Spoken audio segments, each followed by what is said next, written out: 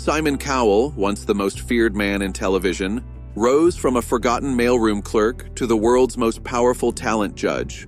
Through American Idol, The X Factor, and Got Talent, he discovered stars, built empires, and redefined fame. But behind the razor-sharp critiques and global success lies a story few saw, one of loneliness, grief, and transformation. Born in London and raised in Hertfordshire, Simon's childhood was marked by emotional distance. His father, a strict music executive, rarely showed affection. His mother was loving but reserved. Feeling unseen, Simon carried a hunger for approval into adulthood. After early business failures and a painful bankruptcy, he clawed his way back into the industry, eventually shaping pop culture as we know it. But success came at a cost. His blunt honesty won audiences, but also criticism, isolation, and burnout. Despite building an empire, Simon confessed to feeling deeply alone. The more famous he became, the more disconnected he felt. Then came scandal. News of his affair with Lauren Silverman, wife of his close friend, shattered his image. "It wasn't something I'm proud of," he admitted. The fallout was brutal. Friendships lost, trust broken, reputation tainted. Yet from this chaos came Eric, his son, and unexpectedly, his salvation. Eric gave Simon purpose beyond ratings. Fatherhood softened the mogul once known for icy verdicts. "Eric saved me," he later said. "He gave me a reason to slow down and start again." Today, Simon Cowell is no longer just the man who made stars.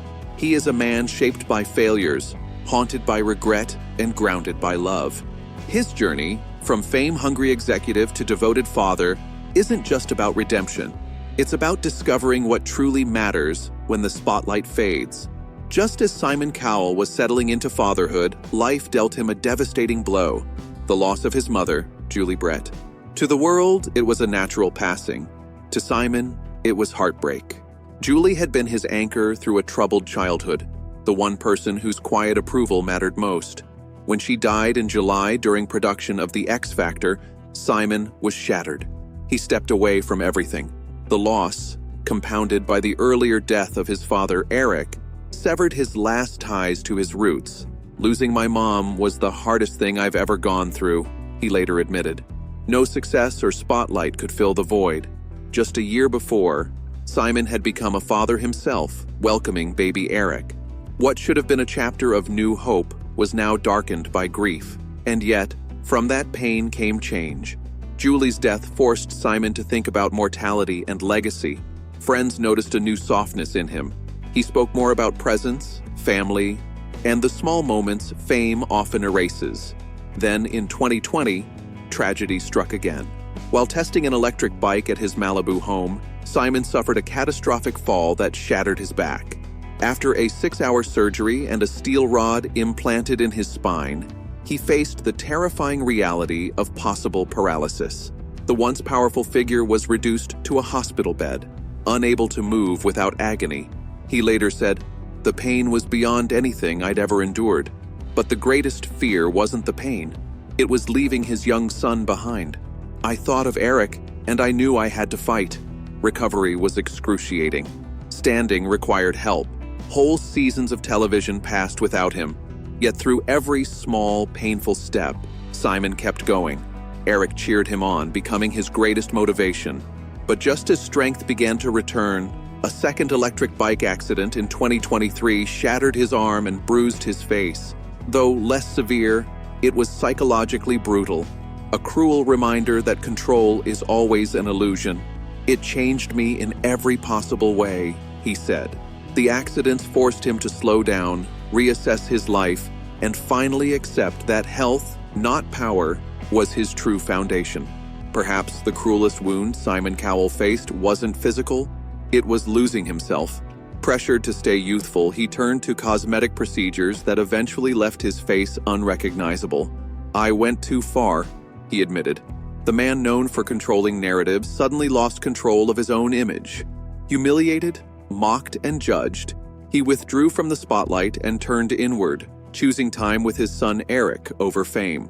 "I just want to be there when Eric laughs," he said. From that low point came clarity. Simon stopped all cosmetic treatments and let his age show. It wasn't vanity, it was peace. He reemerged not with perfection, but with honesty. Fans who once mocked him saw the humanity beneath. He had stopped chasing youth and started accepting time. Then, in September, tragedy struck. Liam Payne, once the hopeful teen Simon had placed in one direction, died in a fall in Buenos Aires. To Simon, it was unbearable. Liam wasn't just a star, he was family. Like losing a son, he said. The grief was sudden, unnatural, and devastating. The world mourned. Simon withdrew. Projects paused. Cameras went dark. At home, he clung tighter to his son, Eric, giving him every moment Liam would never get. Old audition tapes became sacred. Songs turned into reminders of what could have been. For a man who once controlled everything, Liam's death showed the one thing he couldn't: fate. The sharpness in Simon's voice softened. His verdicts became mentorship. His wit turned to warmth. Fame, he now knew, was no shield. One Direction had been more than a band. It was a symbol of youth and unity. With Liam gone, part of that symbol was lost forever. Now 65, Simon's life has slowed. His Beverly Hills mansion is a place of healing. Pilates starts each day, protecting the back shattered in 2020.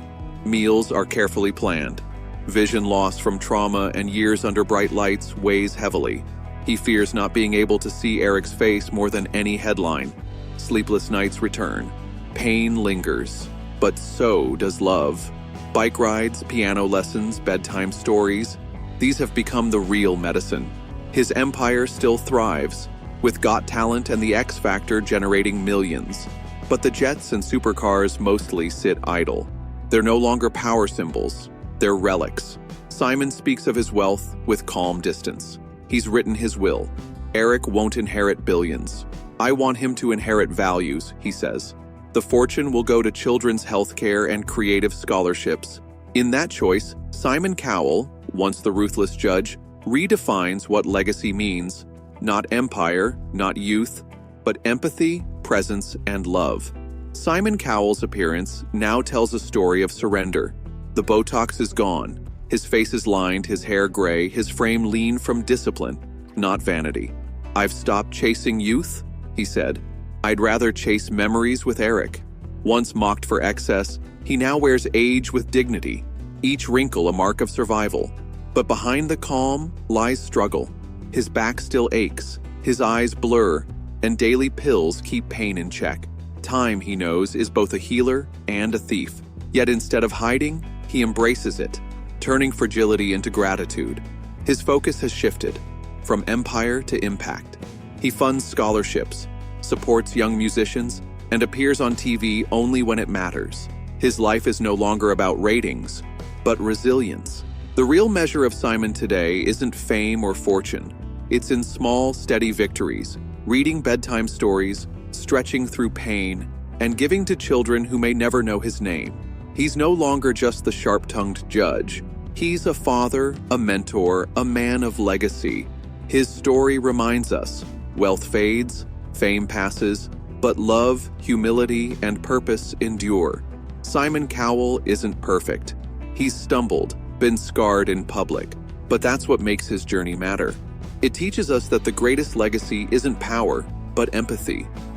Please subscribe to our channel for more videos, and don't forget to press the bell icon.